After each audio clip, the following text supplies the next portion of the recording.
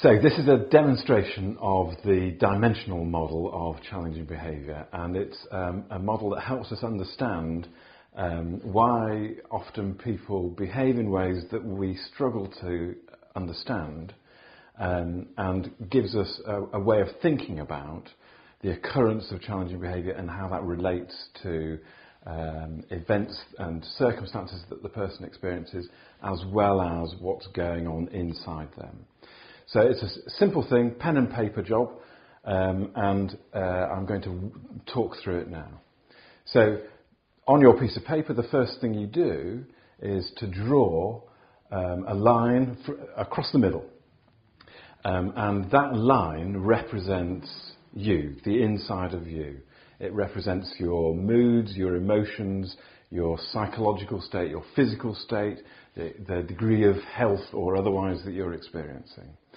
And what you do is you put a mark at this far end here, which indicates that that is you at your best. The inside of you is absolutely tip-top. So it could be a tick, or it could be a smiley face, or whatever works best for you.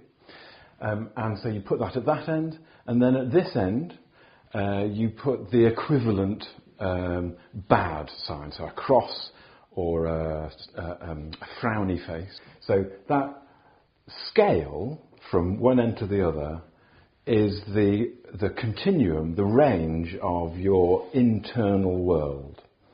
And so you can imagine circumstances in which you feel fabulous, you just feel brilliant.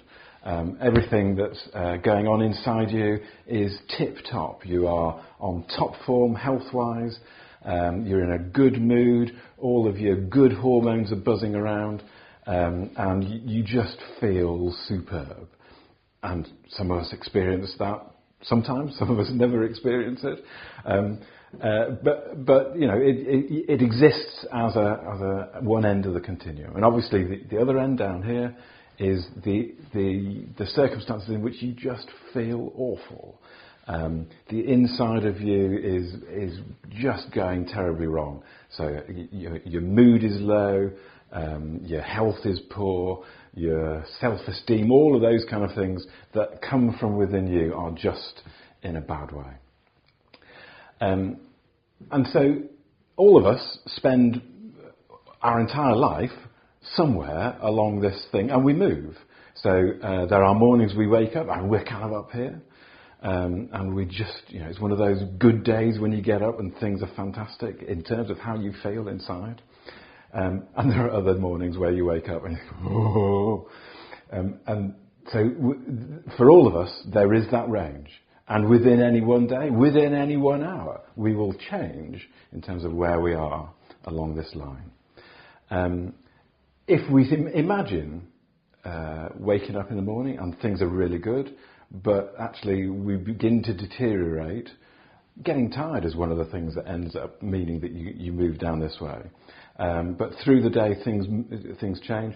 Actually there comes a point somewhere on this line where your general ways of normally behaving disappear, and you start to express distress, you start to be grumpy, you might start swearing, shouting, throwing things, slamming doors.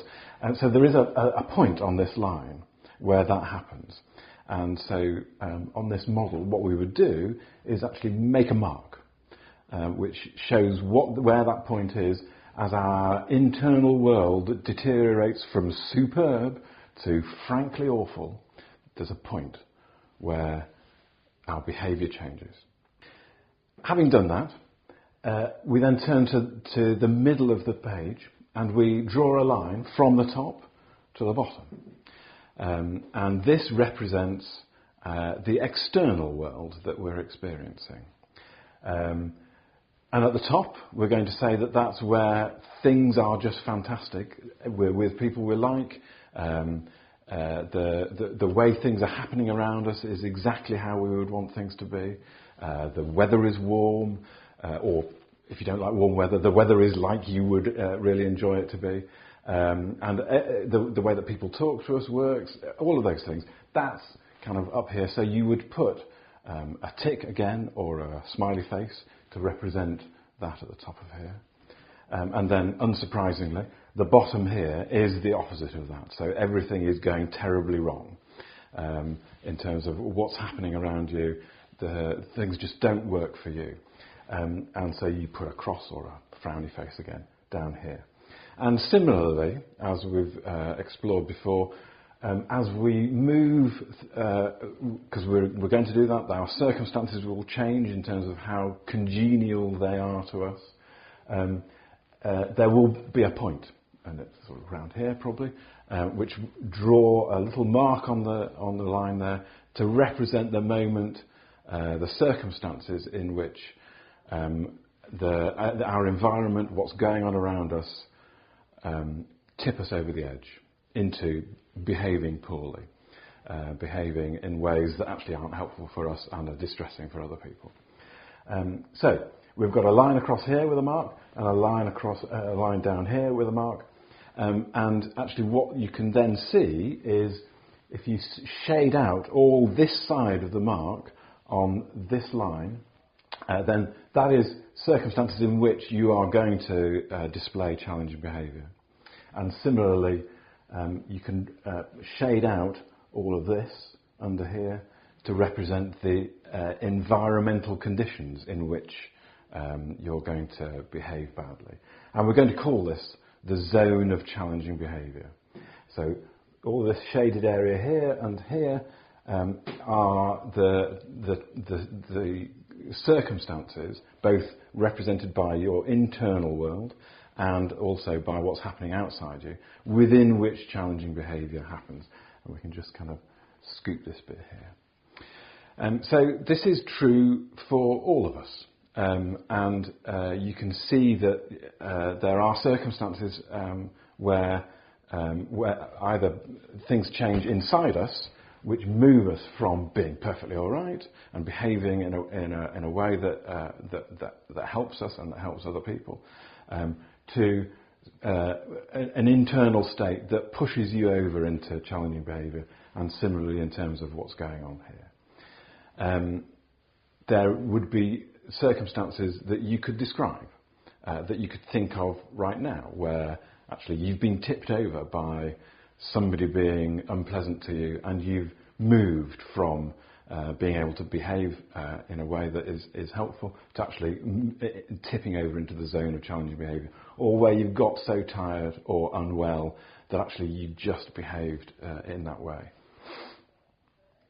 And this is true equally for people that we support. And it goes some way to explaining a number of things about challenging behaviour that are important. So, for example, one of the things that quite often happens is that someone displays some challenging behaviour, but in circumstances that we find difficult to understand. So let's imagine that we're in a supermarket. And so that has a set of circumstances which would be represented by this outside world line here. And say normally the supermarket sort of comes up here somewhere, and so this is not therefore in the zone of challenging behaviour. And so we would expect that the person would do the shopping and kind of do the paying and all of that kind of stuff. And we can draw a line that is up here, which is normally what the environment of being in the supermarket does in terms of our behaviour. But you can see that if there's something about the internal world that pushes us in this direction, then we're going to end up falling into this zone of challenging behaviour, despite the fact that we're in the supermarket where normally challenging behaviour doesn't happen. Similarly, there can be sort of internal states where normally that would mean that there would be no challenging behaviour. So we could describe, kind of somewhere along this line, a state of being in a good mood, and that might be kind of over this side somewhere, and we could draw a line up here that represents that kind of what that good mood means to us. But you can see that normally if we're in a good mood and our environment is working for us as well, there will be no challenging behaviour. But as the environment deteriorates, despite the fact that you're in a good mood, you drop into the zone of challenging behaviour. And so this helps us to understand that for all of us, it's true for you, and it's true for me for sure, but it's also true for the people that we support. It's a correlation between the two. It's an interplay between people's internal state and what's going on around them that means that affects the chances of challenging behaviour occurring. And so quite often we hear things like, but he was in such a good mood, it came from out of the blue. Well, in those circumstances, something is changing in the environment. And similarly, he always likes going to the supermarket, and I don't understand why the challenging behaviour happened. Well, actually, what that means is something has changed in the way that that's working, but particularly inside the person. So despite the fact they're in a place they like, something has changed here, which means that they've fallen into the zone of challenging behaviour. And of course, they're all related. As your environment changes, actually that then has a knock-on effect in terms of your internal state. So as you become frustrated, for example, by people not responding to you in the way that you were hoping, then that actually has an effect that pulls you and your internal state in this direction. So you end up kind of moving further and further down here. And most of us, all of us, when we're in this bottom corner here, what we'll do, without planning it, without thinking it through, what we'll do is do something that will move us out of the zone of challenging behaviour. It could be that we leave. It could be that we ignore what's going on. It could be that we take some time out to recover our kind of equilibrium and our good mood. It could be that we take some days off in order to get back on kind of in that direction. It could be that we agree with our colleagues that they're going to talk to me in a different way, and that's going to change it like that. It could be that you hit someone so that they go away. So all of us will do things here. And for the people that we're supporting, this is not a kind of deliberate thought-through act. It's just a reaction to the circumstances that they find themselves in that will move them back up towards here. For most of us, it looks kind of like that, and it's kind of fairly evenly sort of spread in terms of the amount of time we might spend up here. We're all different, but these are kind of approximately the same in terms of how much time we're likely to spend in these places. But of course, for people that we're supporting, actually, the whole thing is shifted in this direction. Because at a personal level, people with a learning disability are more likely to suffer ill health. That's going to move them in this direction. They're less likely to experience happiness and satisfaction. That's going to move them in this direction. They're more likely to experience internal difficulties because of the way that their brain works. That's going to move them in this direction. Similarly, the experiences of people with a learning disability is that they're not treated well by other people. That's going to move them in this direction in terms of the impact that their environment has on them. The experience of people that we're supporting is not good. So actually the whole thing for people that we work with is even more down here than it is for everybody else. And you can represent that with a dotted line that shifts the whole set of quadrants in this direction. One of the other advantages of the dimensional model is that it demonstrates what an intervention plan is designed to do. So an intervention plan has proactive and reactive strategies. Your proactive strategies are designed to move people's personal experiences, how well they are, how good they feel, along this line in this direction. The more that the proactive strategies do that, the further they are from falling into this zone of challenging behaviour.